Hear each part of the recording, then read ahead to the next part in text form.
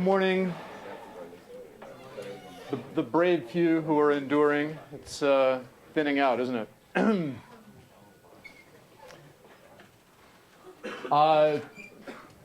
First of all, office hours are going to be at Student Learning Center today from 1 to 2.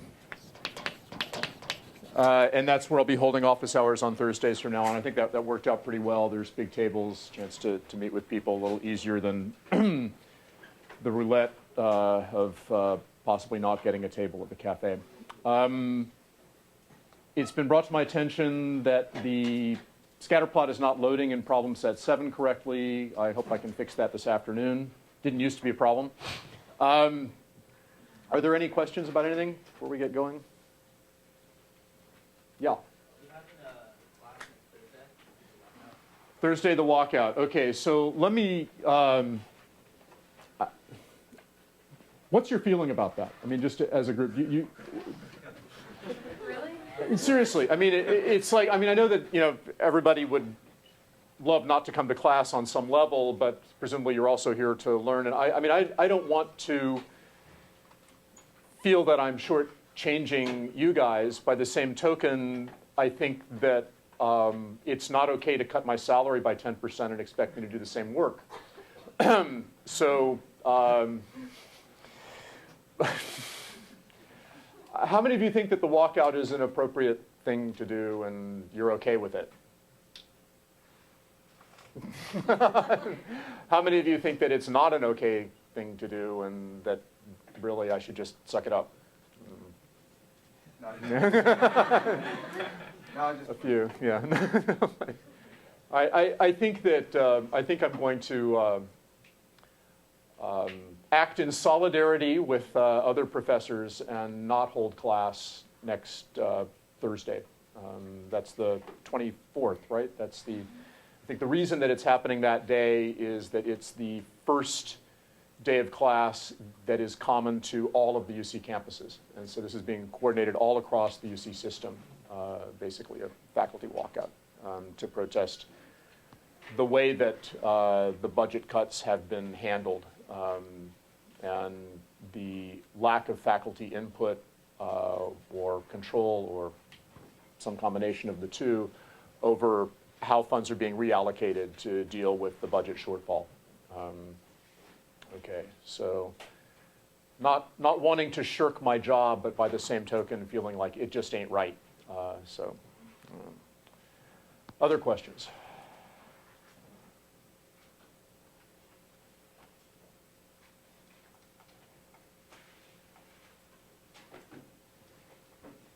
Okay, we were talking about errors in regression last time, and there were several different meanings of the word error that we were teasing apart.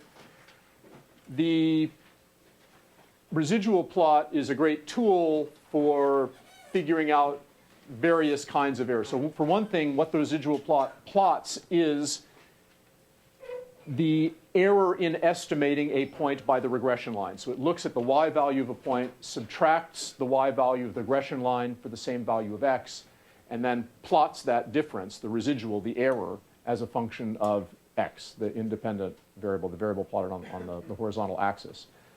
Now, that gives us an idea of how scattered the points in the scatter plot are around the regression line, because we basically subtracted the regression line from every point. We're looking at the differences.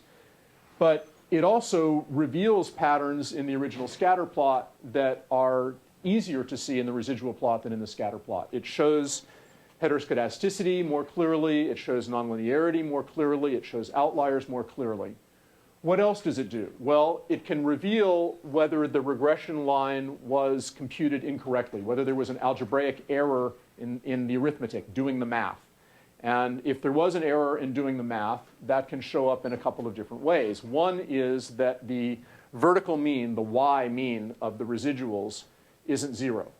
If the vertical mean of the residuals isn't 0, something went wrong in calculating the intercept of the regression line.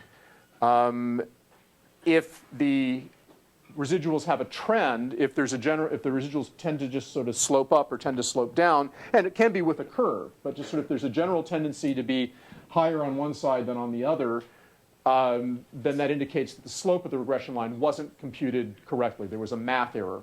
Okay, so far we've got two kinds of errors. The regression line misses the point. That's a residual, right? It's not a perfectly accurate representation of the data. Second kind of error is somebody made a mistake in doing the math calculating the regression line. Third kind of error is that regression just isn't a very good summary of the data because the data are heteroscedastic or have a nonlinear association or something like that. So regression isn't a good summary of the data. We're going to talk about other kinds of errors as well, having to do with errors in interpreting regression.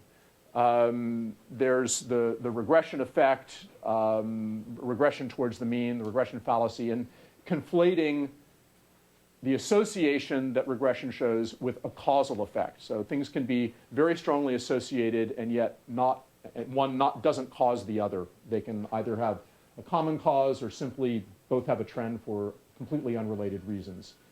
So we were looking at residual plot for the other data we looked at before, and I wanted to get us down to a few examples here. So let's do a few of these together. So first of all, can that really be the residual plot from a regression line? No. Okay, something went wrong. If somebody says this is a residual plot, you say, well, you computed the regression line wrong. How do we know that?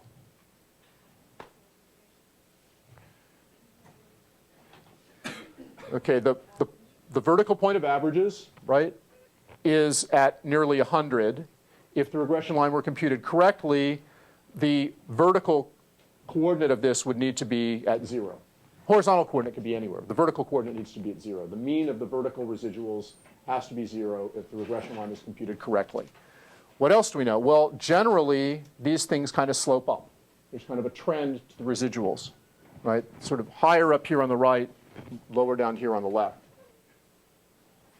Is that my right? Is that my left? Okay. All right. So there's this trend in the residuals, and as a result, that's also evidence that the regression line wasn't computed correctly. What else can we see from this plot?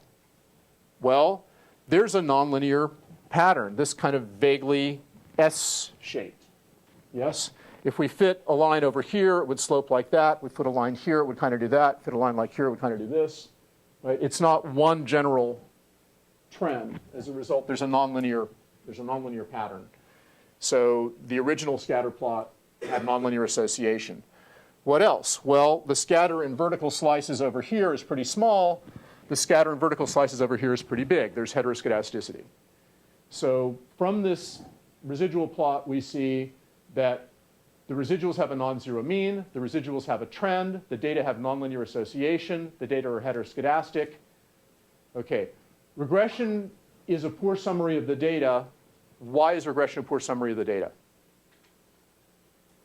Is it because there's a trend in the residuals? No. Why is regression a poor summary? The association is nonlinear. So trying to summarize the association by something that is purely linear is not a good summary. And there's heteroscedasticity. And typically, regression is not a good summary of the data when the data are heteroscedastic. OK, so the regression is a poor summary of the data because of the nonlinearity and heteroscedasticity. And the regression went wrong. The evidence that the regression went wrong is not the nonlinearity and heteroscedasticity. The evidence that the regression went wrong is the fact that the residuals have a non-zero mean and a trend. OK, so if the residuals have a non-zero mean, the regression went wrong. The residuals have a trend, the regression went wrong. Somebody computed something incorrectly. Okay? Those two things can be true, and yet regression could be a good summary of the data, right? If it were still basically a football-shaped scatter plot. So it might have been an appropriate thing to do to calculate regression. It just wasn't done correctly. An error was made. Okay. Let's reload this again.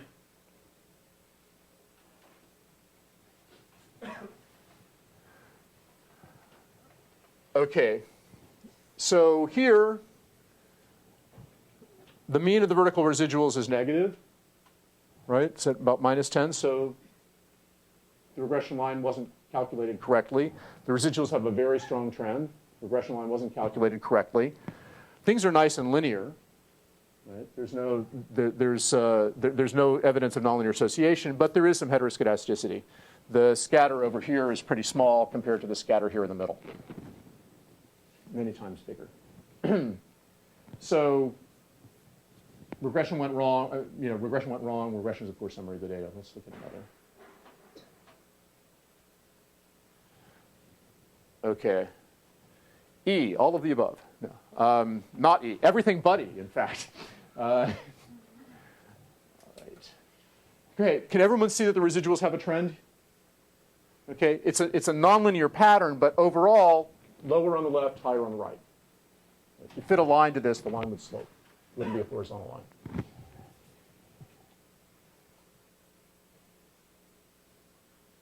Okay, same kind of deal. Let's see if we can get something a little bit different. All right. Do the residuals have a trend here?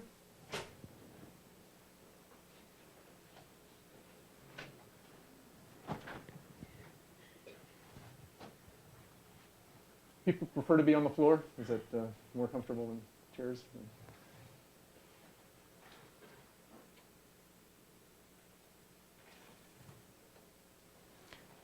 If I tried to represent this with a single line, where would that line be? Yeah, it'd be a horizontal line right around here. Yeah? Okay, it wouldn't slope up or slope down. So the residuals don't have a trend. But the mean of the residuals is, the mean of the vertical residuals is positive. It's pretty big. So the residuals have a non-zero mean, but the residuals don't have a trend. There's some evidence of heteroscedasticity and very clear evidence of nonlinearity. Yes? Could you define a trend? Yeah, it's generally, define a trend. Really what it means is if you computed a regression line for the residuals, if you took the residuals as data and you did regression on the residuals, would the regression line be horizontal or not? If it's horizontal, there's no trend. If it tilts up or tilts down, there's a trend. Okay, so generally speaking, it's like, is there a tendency for the y values to be lower on the left than on the right, or lower on the right than on the left?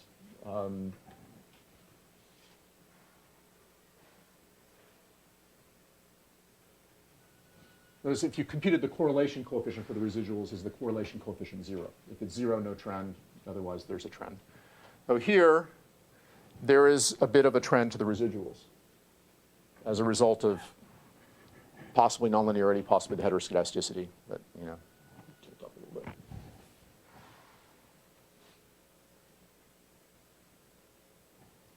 Okay, definitely a trend to the residuals. Yep, tilts up. Okay. But mean of the residuals is 0. Vertical mean is 0. Yes? So what does it mean if residuals have trends? Like, does it mean like the regression line fits? Or? It means that whatever was subtracted from the data to produce this residual plot wasn't really the regression line. There was an error in calculating the regression line. Because when you subtract the regression line from the data, the slope of what's left should be 0. What's left should not have a trend. So the fact that there is a trend here indicates that there was an arithmetic error in calculating the regression line. What was subtracted from the original points wasn't really the regression line. It was some other line. We can think the regression line doesn't fit with it, right? Well, it's the nonlinearity that's showing us that even if you computed the regression line correctly, it wouldn't fit the data. They would have systematic differences from the data because down here, things would be systematically too small. Here it would be systematically too high. That's from the curvature. But the fact that the residuals have a trend is saying when somebody did the arithmetic to try to calculate the regression line, they blew it. They didn't get the math right. So what was subtracted from the scatter plot here was some line other than the regression line. It had the wrong slope.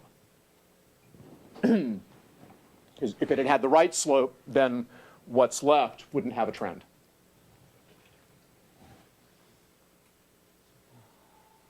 Questions?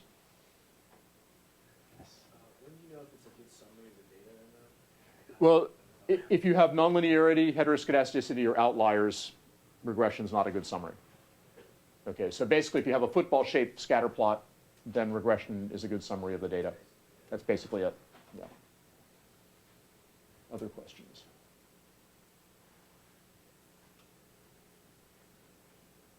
Basically, the way I'm using these words, is if you have a football-shaped scatter plot, then you can summarize the scatter plot pretty well with 5 numbers: the means of x and y, the standard deviations of x and y, and the correlation coefficient.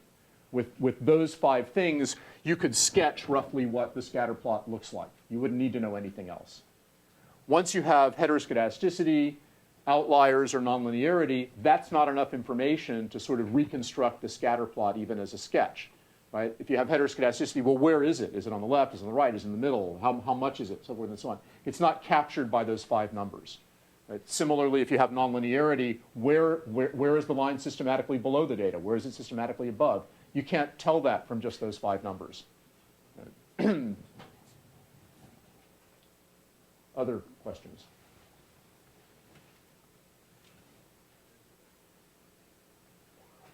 Okay.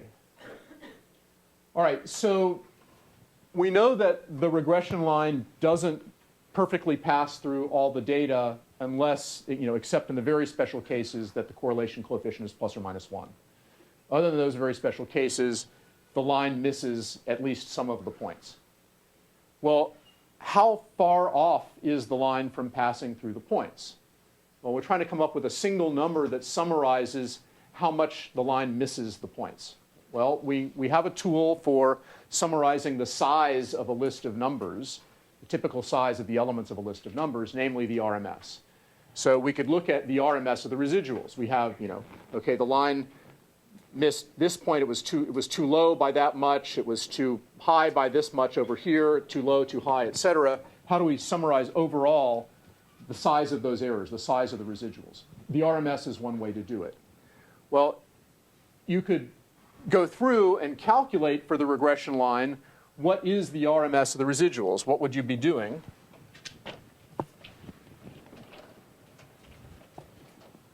You'd be calculating this quantity, the square root of 1 over n times the sum from I equals 1 to n of yi minus axi plus b squared, where a is equal to what?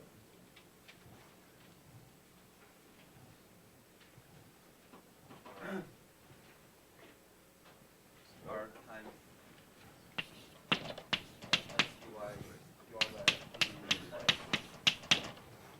Right? And b is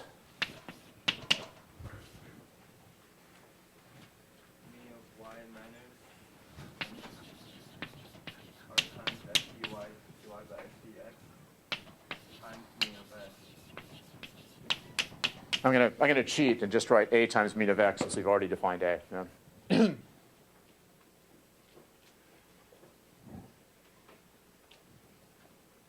Okay, is that right? Right. What is b is the mean of y minus a times the mean of x, where a is this. Okay. So we could go through and calculate this, right? We could look at the scatter plot. We have our list of pairs that are, x. I don't want to well, right there, but we've got, x, I, y, I from I equals 1 to n. That's our n pairs of data. We could calculate the slope, calculate the intercept, subtract the prediction of the regression line from each of the data, sum that to get the residuals. This is the ith residual, ith vertical residual. Square them, average them, take the square root of the result. That's the RMS of the residuals. Okay? Long, complicated process. It turns out, algebraically, that what you get is numerically identical to this. Okay? if you do this calculation, what you get is the square root of 1 minus r squared times the standard deviation of y. Okay. So this is a shortcut for doing that work. All right, there's the derivation, if you care about it, is there in the chapter in a foot. Yeah, if you click that, you'll get a mess that you probably don't want to see, but just to give you an idea of the algebra. Okay, so that's what we're not going to do.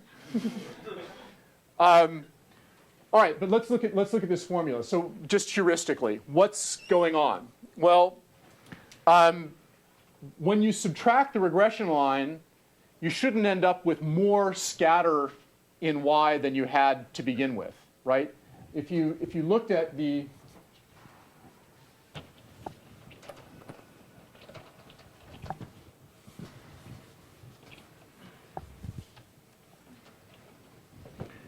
you have some cloud of points, and let's say here's the regression line.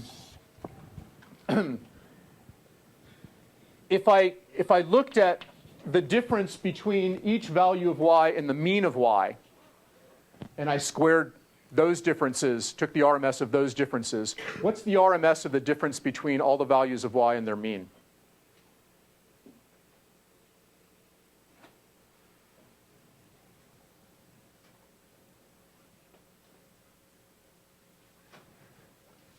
Okay, I'm going to take each value of y minus the mean of y.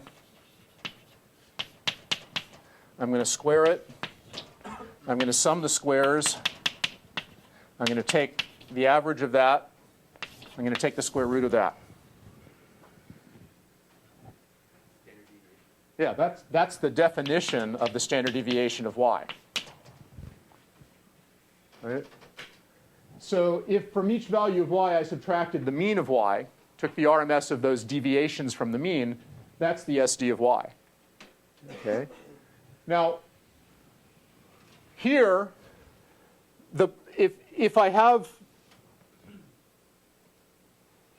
if the regression line isn't horizontal, if r isn't 0, then over here, these points that are the points that are down here are closer to the regression line than they are to the mean of. So if I take a point here, it's closer to the regression line than it is to the mean of y. I draw a horizontal line at the height equal to mean of y. Okay, it's going to be closer to this point on average. Some points up here might be closer to that, but on average, I'm going to be closer to the regression line than I am to the mean.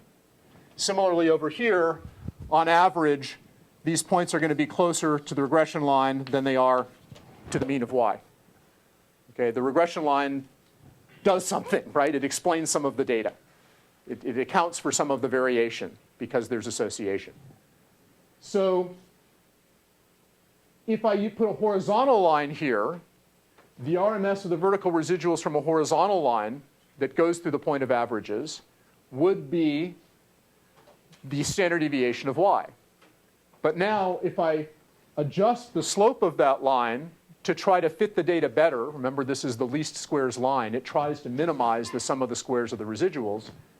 If I tilt the line to account for the data better, then the RMS of the residuals from that line ought to be smaller than the RMS of the residuals from a horizontal line, right? It helps, yes? So what I get if I take the RMS of the residuals from the regression line ought to be smaller than what I get if I take the RMS of the residuals from a horizontal line through the point of averages.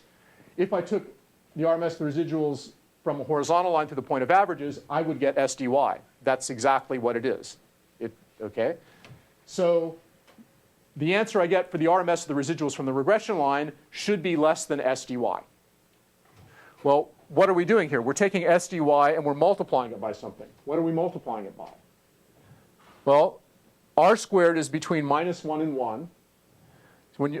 R is between minus 1 and 1. When we square it, it's between 0 and 1. So we're subtracting something that's between 0 and 1 from 1, which gives us a number that is between 0 and 1. So we take the square root of a number that's between 0 and 1. That gives us a number that's between 0 and 1. So we're multiplying SDY times a number that's between 0 and 1. If R is equal to 0, that corresponds to the regression line being horizontal.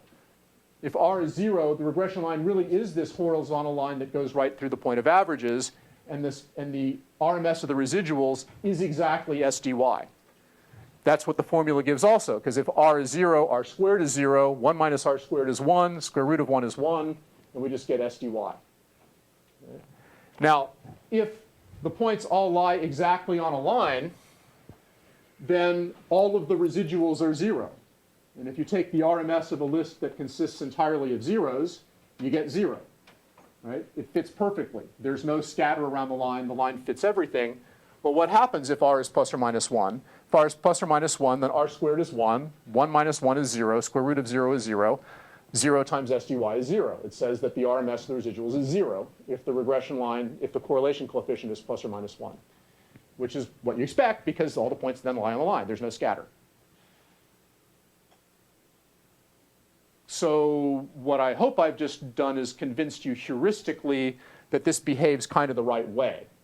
It's different from proving to you that it's the right answer. That's in the algebra, which I'm not expecting you to be able to reproduce. It's actually, I mean, it's not difficult algebra. It's just tedious. Right? There are things that are, easy and complicated, simple but difficult. There are things that are impossible but easy.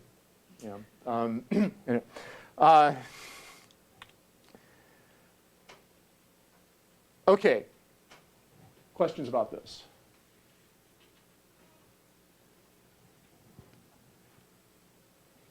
This number, this part of it, the square root of 1 minus R squared, tells you what fraction in the overall what fraction of the overall scatter of y, what fraction of the overall SD of y is accounted for by the regression line. When you subtract a regression line, sort of what's left. This is what's left after you subtract the regression line. So this is the bit that isn't accounted for. I said it backwards. Okay. All right.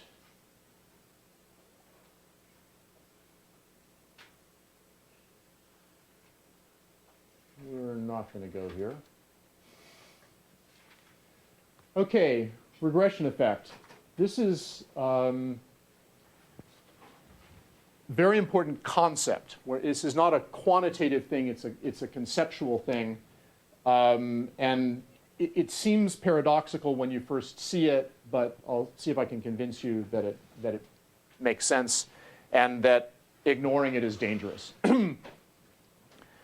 All right, I'm just going to walk you through this example. Forgive me for reading from the book, but let's suppose we have a large group of married couples, and we've measured their IQs.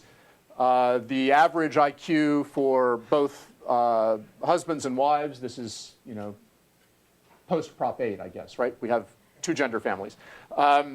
Okay, so the average IQs of both genders are 100.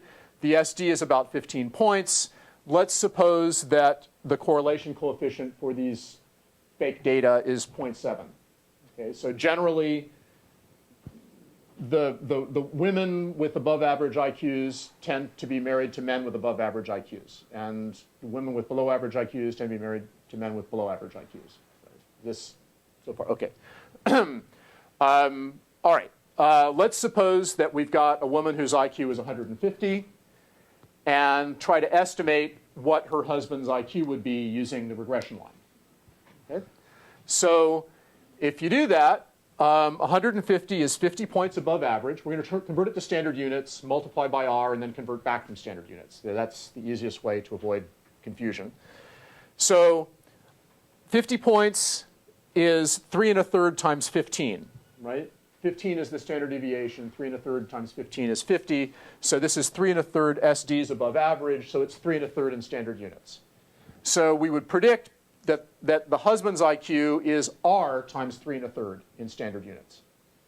So the SDs of both of IQs for both genders are the same, 15 points. So if we take 0.7 times 3 1/3, it's 0.7 times 3 1/3 times 15 points.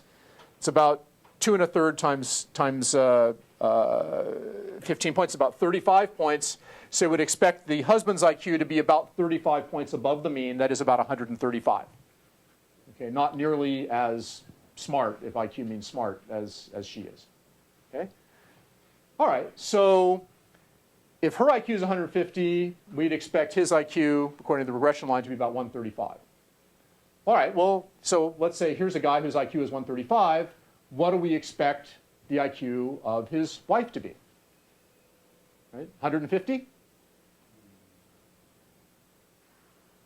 Well, his IQ is 2 1/3 SD above average. So if we're using the regression line to predict his spouse's IQ, we would predict that it is R times 2 1/3 SD above, R times 2 1/3 SD is above average. And that works out to be 124.5. Right? So we have a woman with an IQ of 150. We predict that her husband's IQ is 135. But if we have a guy whose IQ is 135, we predict that his wife's IQ is 124.5.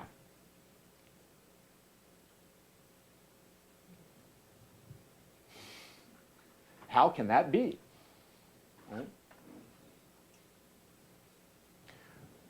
Well, let's see if we can look at the scatter plot and make some sense of this.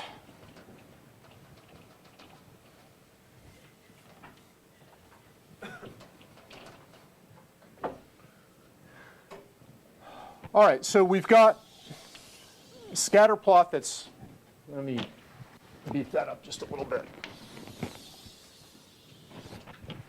Roughly like this. This point is 100, 100. Yep. I've drawn this in a slightly odd way because it really ought to be, you know, 15 this way and 15 this way as a spread, roughly. I mean, so anyway. All right, so here we go. Here is a woman with an IQ of 150. You know, axis is somewhere over here. Here's 150. And what are we doing to predict what her husband's IQ is? What is the regression line trying to do? We're, in essence, trying to find the point of average. We're trying to find a point on the graph of averages in this little slice. Okay, if we've got the woman's IQ is near 150, so this is female, this is male, and what's going on here? The regression line is going to do something roughly like that. If we look at the average in this slice, we are going to find that the point is, this isn't drawn very well, but the point is below 150. The point here is approximately 135. The average in that slice will be on the order of 135. Okay, well, so now what happens if I look at the average in this horizontal slice and ask, what's the average here? Well, the answer is the average here is going to be down around here, around 124.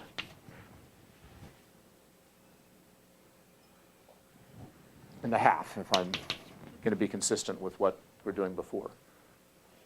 Okay, so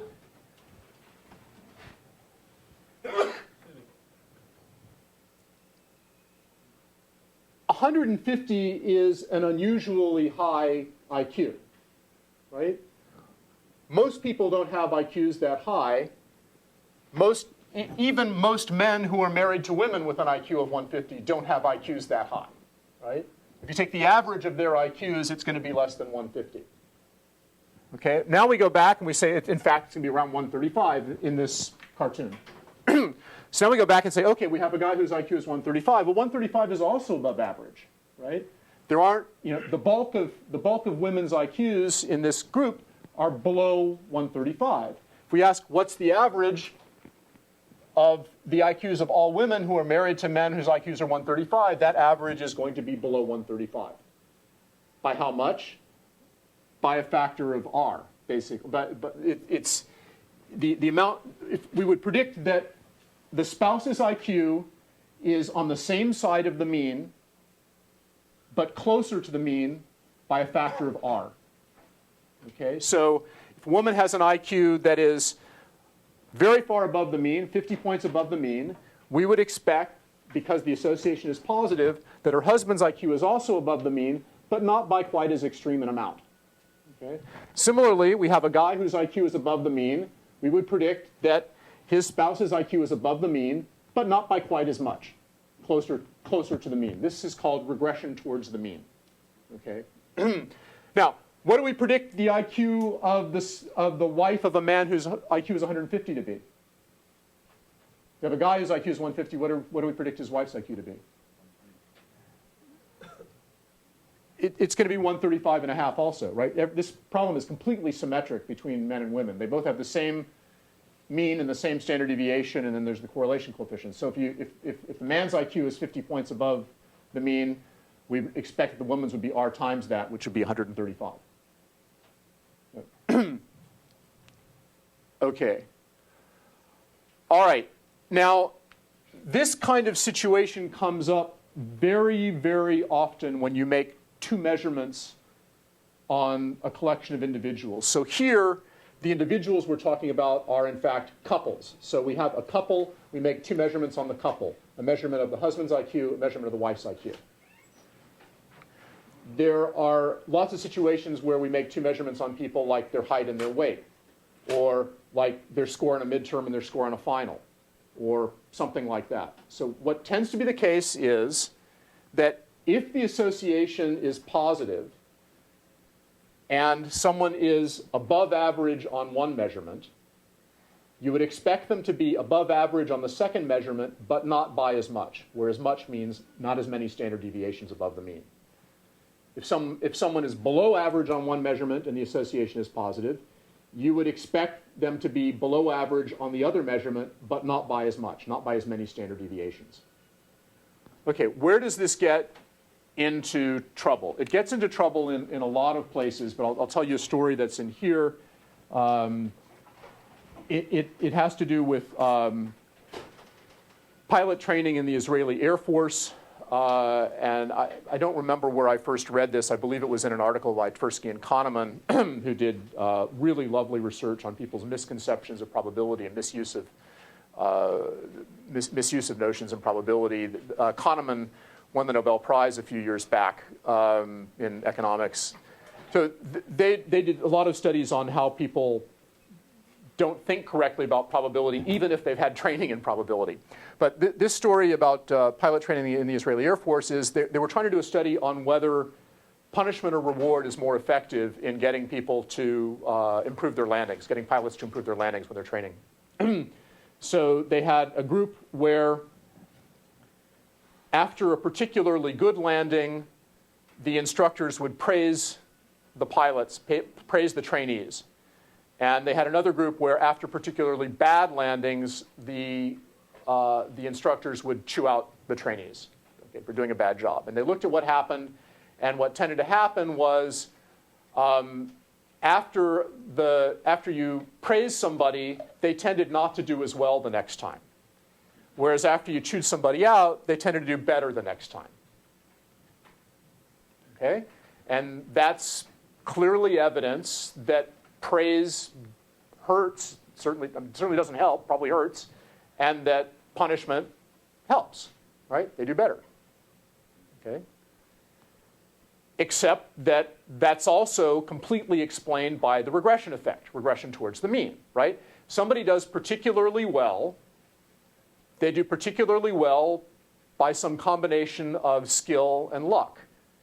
What makes it extraordinary? Well, probably their luck was good that time.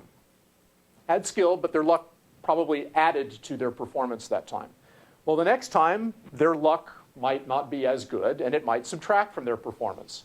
Whether rewarding them, whether praising them has any effect at all, right? They're still kind of likely to do worse the next time. Similarly, you take them after particularly bad landing. Well, what's particularly bad? Well, it's a combination of luck and skill. They might not have that great skill, but their luck was probably bad that time also. And chances are next time their luck won't be quite as extremely bad, and they'll do better even if you don't punish them. right? So you end up conflating the effect of reward and punishment with the regression effect. So even if nothing at all were going on, even if reward and punishment had no effect whatsoever, you would expect to see that in the data. That is, after particularly good landing, expect it not to be quite as good next time. After particularly bad landing, expect it to be a little bit better next time, assuming it's not so bad that you don't walk away. Okay, so this tends to, many of you guys are going into business and you'll be in situations where you have power over other people, you have underlings, you are getting an opportunity to reward them or punish them for their performance. And then in turn, if you are not at the highest level of management, and maybe even if you are, to be rewarded or punished for what your underlings do. So the story is that by the regression effect alone, you are likely to be rewarded for punishing those underneath you. Because they'll do better next time, even if you hadn't, and then you'll get rewarded, right? Okay, just saying. Okay, so this regression effect comes up a lot, just whenever you have repeated measurements on the same people. Now, it is not an inviolable law that if you do really, really badly on one measurement, you are going to do better the next time, right? You could do worse. So if I look at the people in the class, we look at, say, scores on the midterm, and I look at the people who did worst on the midterm, chances are, all other things being equal, they won't be the people who performed worst on the final, right? Because your performance on the midterm has got something to do with what you know and something to do with luck. What you had for breakfast, how much sleep you got the night before, whatever it was, okay? Now, that doesn't mean you can count on the regression effect to raise your grade on the final, right? Okay, so it doesn't gotta happen, but it tends to happen, right? It tends to happen. Okay. All right. So, are there questions about this stuff? We talked about a variety of different kinds of errors in regression. Somebody want to list one or two of them for me? Computational error, okay. You might just make a mistake in doing the math to calculate the regression line. That shows up in a residual plot in what way? How can you tell? Okay, vertical mean of the residuals isn't 0, that's one way. Or if there's a trend in the residuals, that's the other way. Okay, what's another kind of error that we're talked about in this chapter? You're not supposed to use regression. Okay, so regression isn't a good summary of the data. Regression is not an appropriate tool in that particular circumstance. And what are some circumstances where regression isn't a great summary of the data?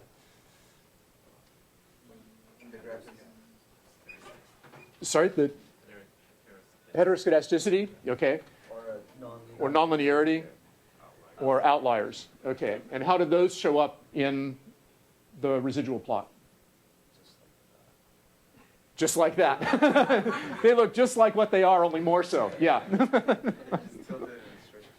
Okay, so you will see some curvature to the residuals if there's nonlinearity. You will see differences in the vertical scatter in the residuals in different places if there's heteroscedasticity. You'll see outliers in the residuals if there's outliers in the original data. It's sort of if and only if, just bigger. It reminds me. Anybody listen to Laurie Anderson? Know her music? She has some. I like her a lot, but he's like, paradise is exactly like where you are right now, only much, much better. Okay. Nonlinearity, heteroscedasticity, and outliers show up in the residual plot, just like in the scatter plot, only much, much better. Okay, any questions? All right, let's take 90 seconds and we'll go on to the next thing, which is a very big change of pace.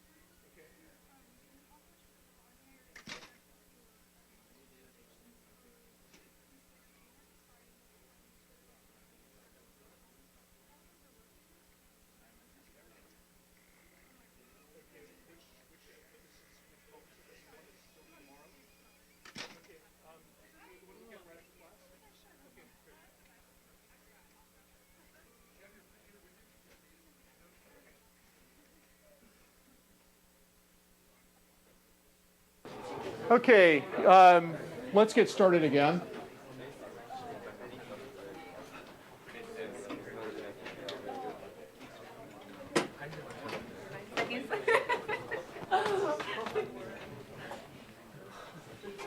All right, we're now, what we've been talking about so far in the class has been descriptive statistics. We're given some data, and we're trying to summarize them in some way, by a chart, by a regression line, by percentiles, by histogram.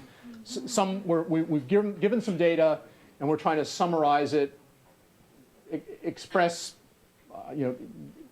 general qualities of the data. Is it multimodal? Is it unimodal? Is it skewed? Is it this? Is it that? How spread out are the points? What's a typical value? So forth and so on. What we're about to dive into is probability. We're going to build probability from counting. Probability is math. Okay, this is now somehow not as directly connected to the world. We're not given some data. We have a hypothetical situation. We have a model. We have a story about the world. And we're going to do some math with that. What comes after probability is we start mixing the two things together to say, okay, if I knew what the world was like, I could predict what I would see.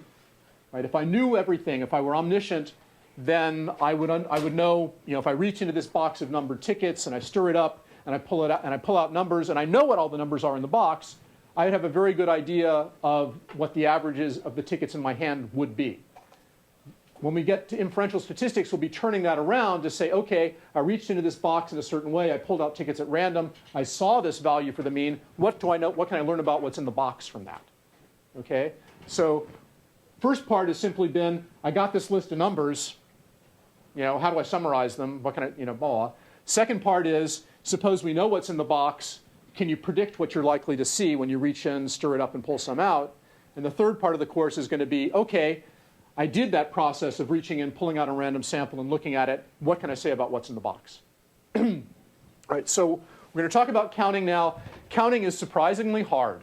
And, this is true at all levels. I mean, almost invariably, when I make a programming mistake, it's because I've miscounted an index in some loop or something like that. It's just hard. Now, so we're going to look at strategies for counting things, especially for counting very large numbers of things, and come up with some strategies that work in a variety of circumstances. In any particular problem, you're going to have to figure out which one's going to work for you, right? But these are some ways to approach it. So let's talk about tossing 3 coins that are distinct, let's say a penny, a nickel, and a dime. And we want to look at all ways that those 3 coins can land. Now, first of all, we're going to ignore the possibility that the coin lands on its edge or that a bird swallows it while it's flying by in the air or something like that. Okay, so the coins are going to land. All right, so what could we have? First toss could result in a head, second toss in a head, third toss in a head, right? Or we could have first toss tails, second heads, third head. In all, there's 8 possibilities. Where's the number 8 coming from? How could we jump to the end and know that? Well, it's 2 cubed, right? So where's the 2 cubed coming from?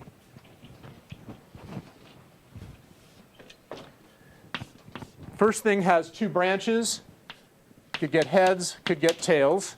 Regardless of what happens on the first toss, we get 2 branches. Regardless of what happens on the second toss, we get 2 branches.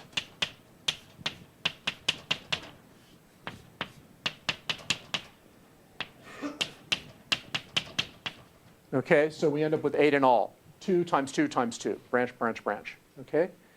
Generally, if we have something that involves a sequence of choices where the number of choices that are available to you at a given level doesn't depend on which choice you made at the previous level, you can find out how many leaves there are on this upside-down tree by just multiplying the number of choices that you have at each point. In this case, you have 2 choices for what happens the first time.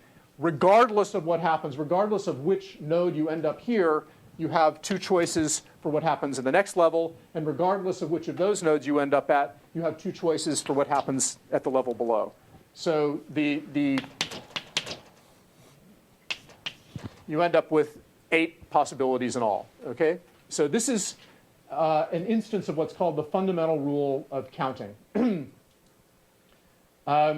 Let's look at a different example. It's actually a little bit sad. The names here were not chosen at random. These are all statisticians. They're all statisticians in our department. Betty Scott died during my time in the department.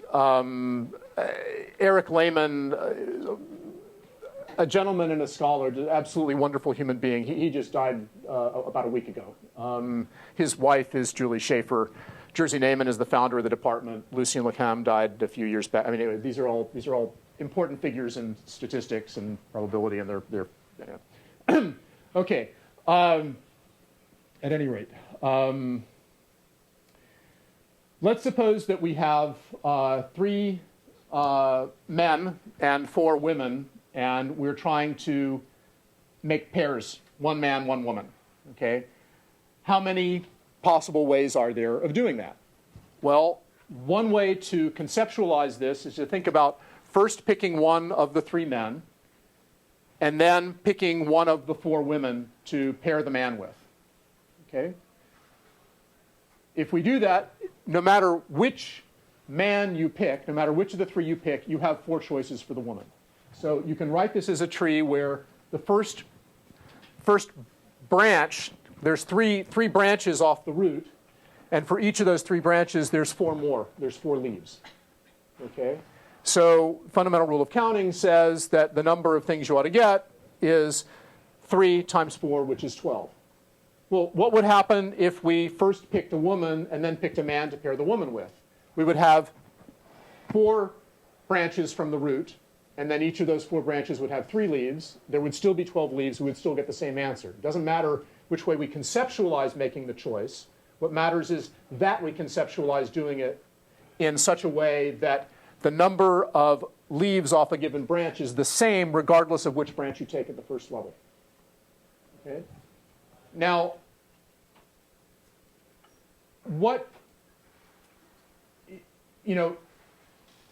suppose that Eric and Julie would not agree to serve on the same committee. Okay? Then we can't find the number this way, because if at the first stage we pick Eric, then there's only 3 choices for the woman. Whereas if at the first stage we pick Jerzy, there's 4 choices for the woman. Okay? So in order for the fundamental rule of counting to work, the number of branches from at each level, the number of branches you go to the next stage has to be the same for every node. Every branch you're on has to split into the same number of sub-branches. Okay, so to summarize this in math, if we have a sequence of trials or of choices, T1 up to Tk, and the number of possible outcomes, the number of things you get to choose among at step T1 is N1, the number you get to choose among at T2 is N2, no matter what you picked at stage T1. The number at T3 is N3, no matter what you did at stages 1 and 2, et cetera. Then the total number of leaves on that tree as you expand and expand and expand is just the product of the number of choices you have at each stage. Okay? Seems trivial, is in fact incredibly powerful. I'll be using it over and over and over again. All right.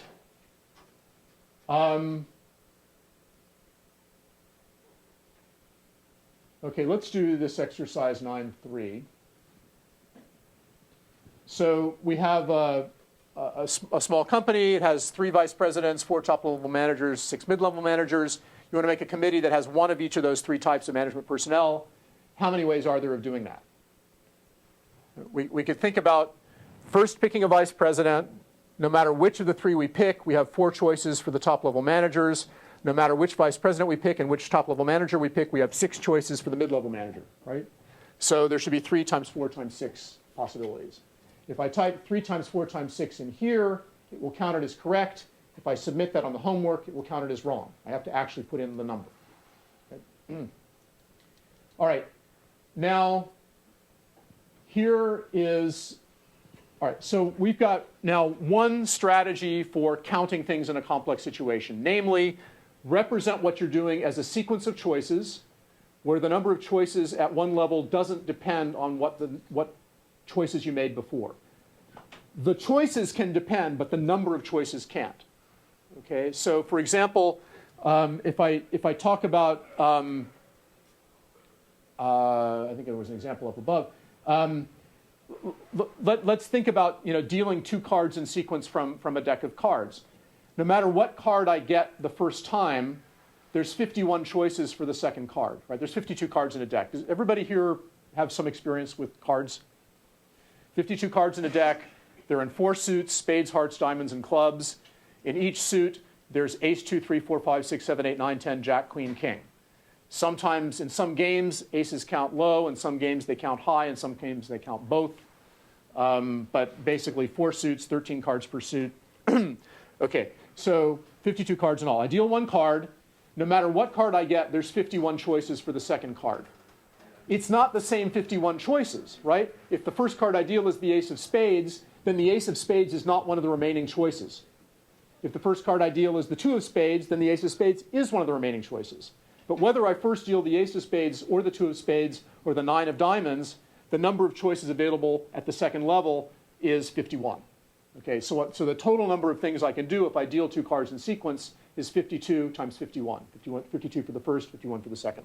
All right, so that's the fundamental rule of counting. That's a strategy for counting things in complex circumstances. We're now going to look at a bunch of other strategies for counting things in complicated circumstances. Here's one of them. If you can't count the whole thing as a group easily, consider breaking it up into subgroups so that everything is in exactly one subgroup. Then count the subgroups and add what you get, add the counts. Right? This is, you break something big into pieces, you count what's in the pieces, you add up the totals. Right? Seems trivial, really, really useful. All right, so we just did this example 9.3. Here's another example. The same company wants to make a committee that just has 2 people in it. The 2 people have to be from different management groups. How many committees are possible?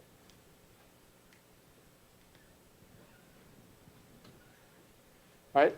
This is a good strategy. Break this into disjoint pieces, non-overlapping pieces, so that every possibility is in exactly one of the pieces. Count the results and add them up. OK, so what are the pieces going to be here?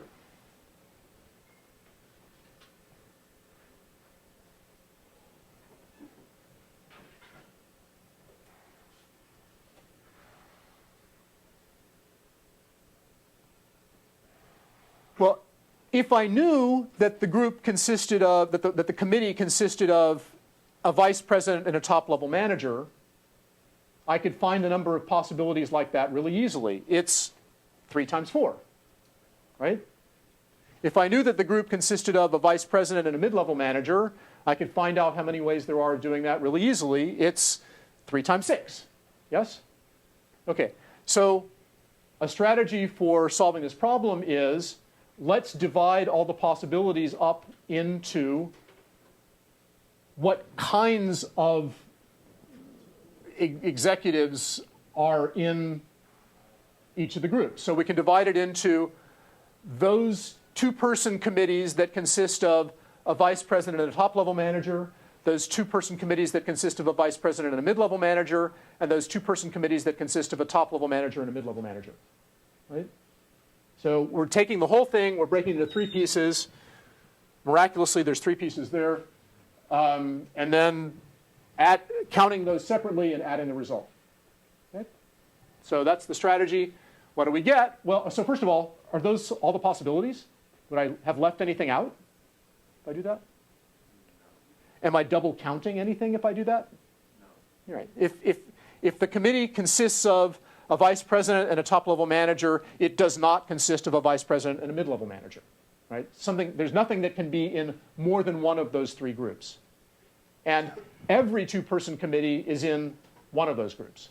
So every 2-person committee is in exactly one of those groups. OK, so what's the answer?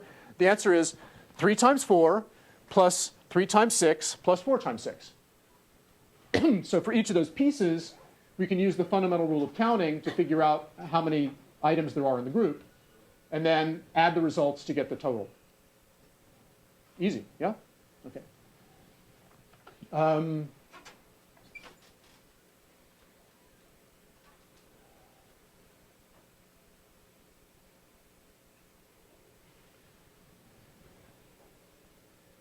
All right, let's do this one. So if we toss a fair coin 3 times in a row, the number of possible sequences of heads and tails, we already know that that's 8.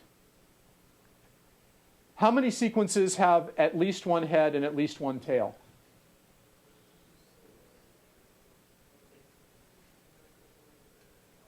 Okay, people are saying 6. What are you doing conceptually to get there?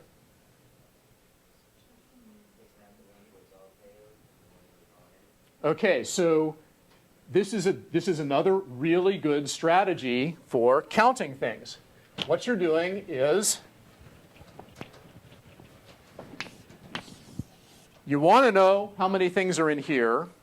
You're counting the number in some larger set and subtracting the stuff you don't want. This is another basic strategy for counting. You want to know how many are in a group. Count a group that's too big. Subtract the ones you shouldn't have counted. Okay, so what you guys are doing is you're saying, I know that there's 8 sequences in all of heads and tails. I know that one of those sequences is all heads, so it doesn't have at least one head and at least one tail.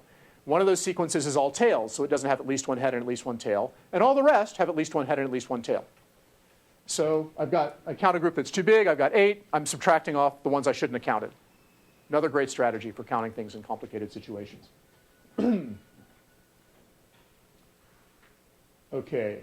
The other strategy, which we'll probably see in a little while, that comes in very handy is the following. You want to know how many things there are in some set. It's very difficult to count. You count them too many times and then divide by the number of times you counted them. Okay. Now, why anybody would want to do things this way is a little bit hard to see before we get to a particular example, but we'll get there pretty soon. So here the idea is let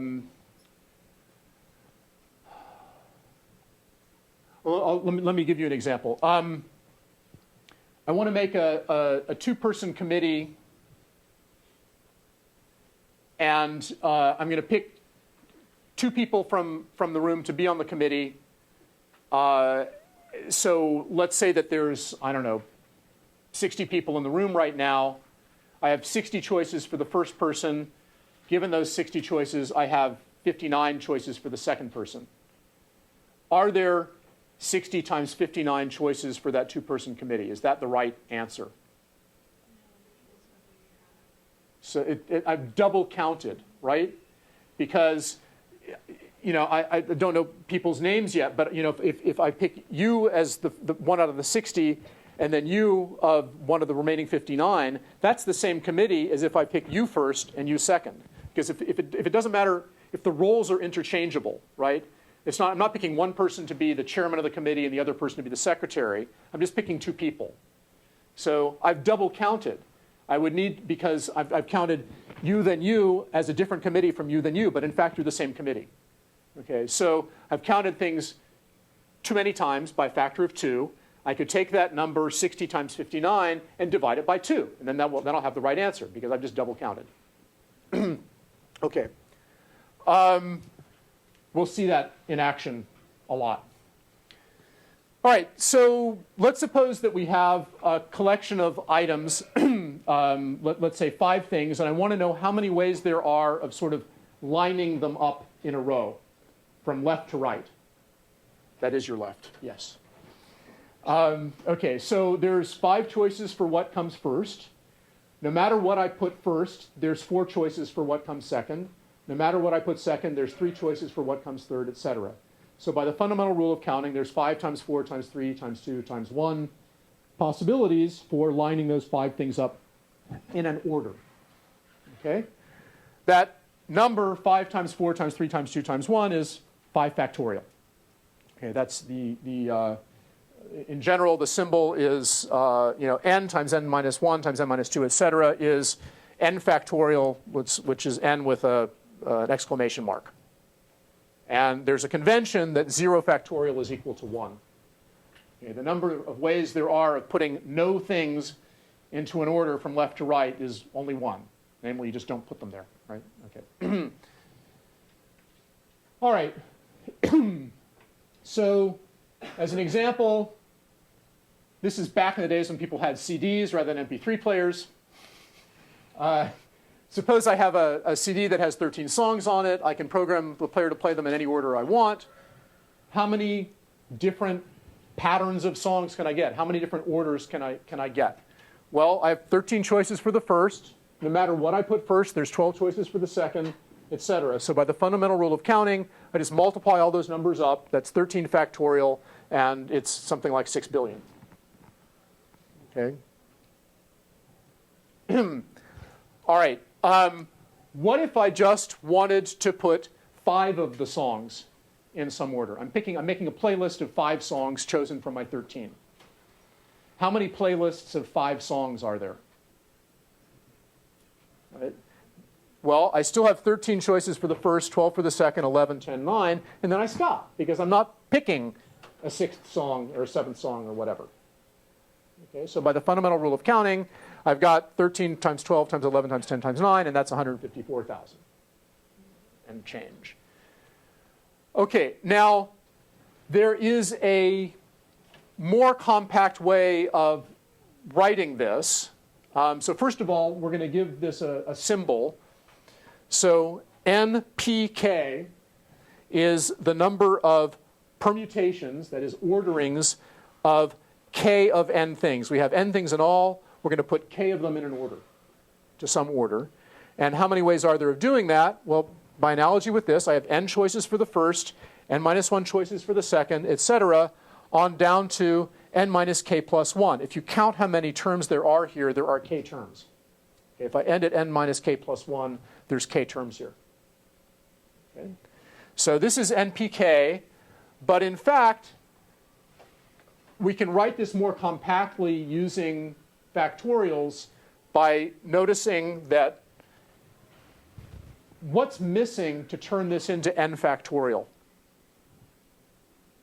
If I multiplied it by n minus k minus 1, n minus k minus 2, n minus k minus 3, on down to 1, then this would be n factorial, right?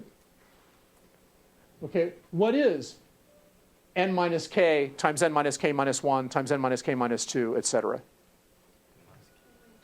It's n minus k factorial. So this thing is, in fact, n factorial divided by n minus k factorial. Right? The n minus k factorial cancels all these terms that aren't there.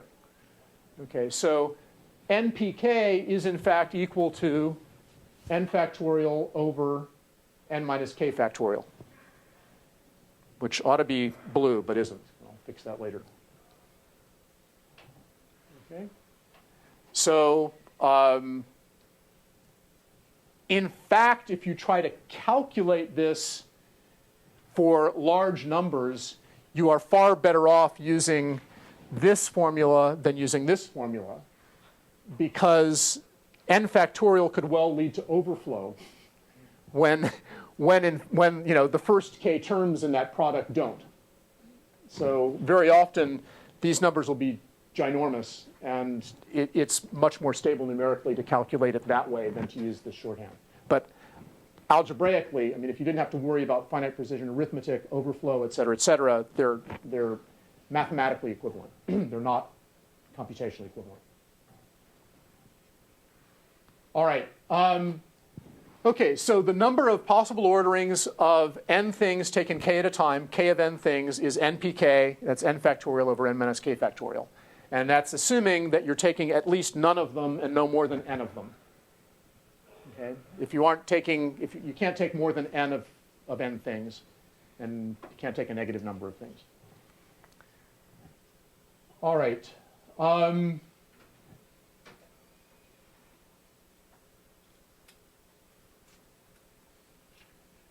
Let's look at this. 9-9. So in Texas Lotto, 6 of 50 balls numbered 1 to 50 are drawn at random by a machine.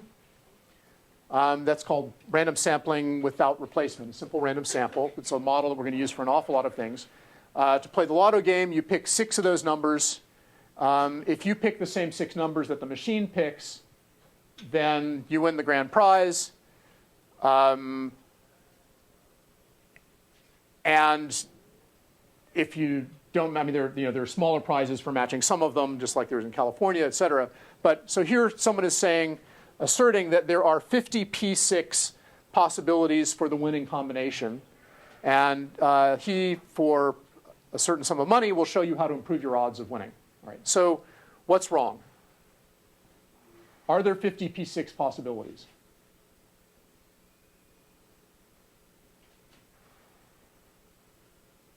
What is 50 P6? What does it represent here? What is it calculating? What question has as its answer 50 P6?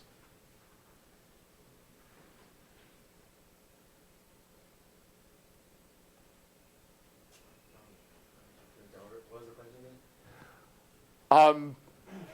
50 P6 is some number, right? Is it the number of possibilities for the winning combination? You've got 50 numbers. Machine picks 6 of them. You pick 6 numbers. If your 6 numbers match the 6 the machine picked, you win. Are there 50 P6 possibilities for the winning numbers, the winning 6 numbers? No. OK, right. It's a leading question, right? I wouldn't be asking you if the answer were yes, right? OK, why not, right? What's wrong? Yes? The order doesn't matter. The order doesn't matter. OK, what matters is which 6 numbers the machine picked, not the order in which it picks them. It's like a hand of cards. You're dealt 5 cards. If you're playing, a game of like draw poker or something, you're dealt the cards. You get to look at the cards. What matters is which cards you got, not that the first card you got was a 2. What matters is that you have a 2 in your hand. Okay, same thing here. It doesn't matter whether the machine picks the numbers in the same order that you pick them or not. What matters is did it pick the same numbers. Okay, so 50 P6 is the calculation you would do if you cared which number the machine picked first, which picked second, which it picked third, et cetera, et cetera. Okay, but you don't. All that matters is that you get the same numbers. So in fact, the number of winning possibilities is much, much, much less than that. How much less than that? Well, remember we were talking about making a committee from 2 people in the room, and we realized that if we counted, if we take 60 for the first person, 59 for the second, we've double counted because the 2 orderings of those people, you first then you, and you first then you, those are 2 orderings of the same set, the same 2 individuals, the same set of individuals. Well, if I have 6 numbers, if I have a set of 6 numbers, how many sequences of 6 numbers can I make from that? If I ordered them from left to right. Well, from the 6 numbers, I have 6 choices for which goes first, 5 for which goes second, et cetera. So there's 6 factorial ways of taking that set of 6 numbers and arranging it into a sequence of 6 numbers. Okay? So this number, 50 P6, has counted one set of 6 winning numbers, has counted one set of 6 winning numbers in 6 factorial different orders, right? It takes the numbers, says one winning combination is 1, 2, 3, 4, 5, 6. A number winning combination is 6, 5, 4, 3, 2, 1. No, that's the same combination, right? It's the same set of numbers. Okay, in all, those numbers 1, 2, 3, 4, 5, 6 can be arranged in 6 factorial ways. So this overcounts the number of possibilities by a factor of 6 factorial. So we could find out how many possibilities there are by taking that number and dividing by 6 factorial. And that's exactly the strategy I was talking about before for counting. Count the objects the same number of times each, but too many times. And then divide by how many times you overcounted. Okay. All right. That's what we just learned how to do, was to find subsets. So You guys are in a hurry to go. We have 3 minutes. I have to give you every possible minute since we're going to boycott on the 24th, right? Okay, if I take a set of 3 distinct things, I have 3 choices for what goes first, 2 for what goes second, and there's only 1 left for the third. 3 times 2 times 1 is 3 factorial is 6, right? So if I looked at taking a subset of 3 people out of a class of 20, if I take 20 times 19 times 18, that has counted each set of 3 people 3 factorial times, 6 times. So if I want to find out how many sets there are, I could take 20 times 19 times 18 divided by 3 times 2 times 1. The result is called the number of combinations of 20 things taken 3 at a time. Before we were talking about the number of permutations of n things taken k at a time. They're related very closely. The number of combinations is going to be smaller than the number of permutations by a factor of exactly k factorial. So this is n choose k, n c k. It's the number of combinations there are of n things taken k at a time, the number of sets, the number of subsets of size k drawn from a universe of n objects. And it is n factorial divided by k factorial times n minus k factorial. The special case that we were talking about of finding a set of 3 students from a class of 20 students corresponds to 20 choose 3. That's 1140. Okay. All right. I will let you go. Some of you I will see at the Student Learning Center in a little bit.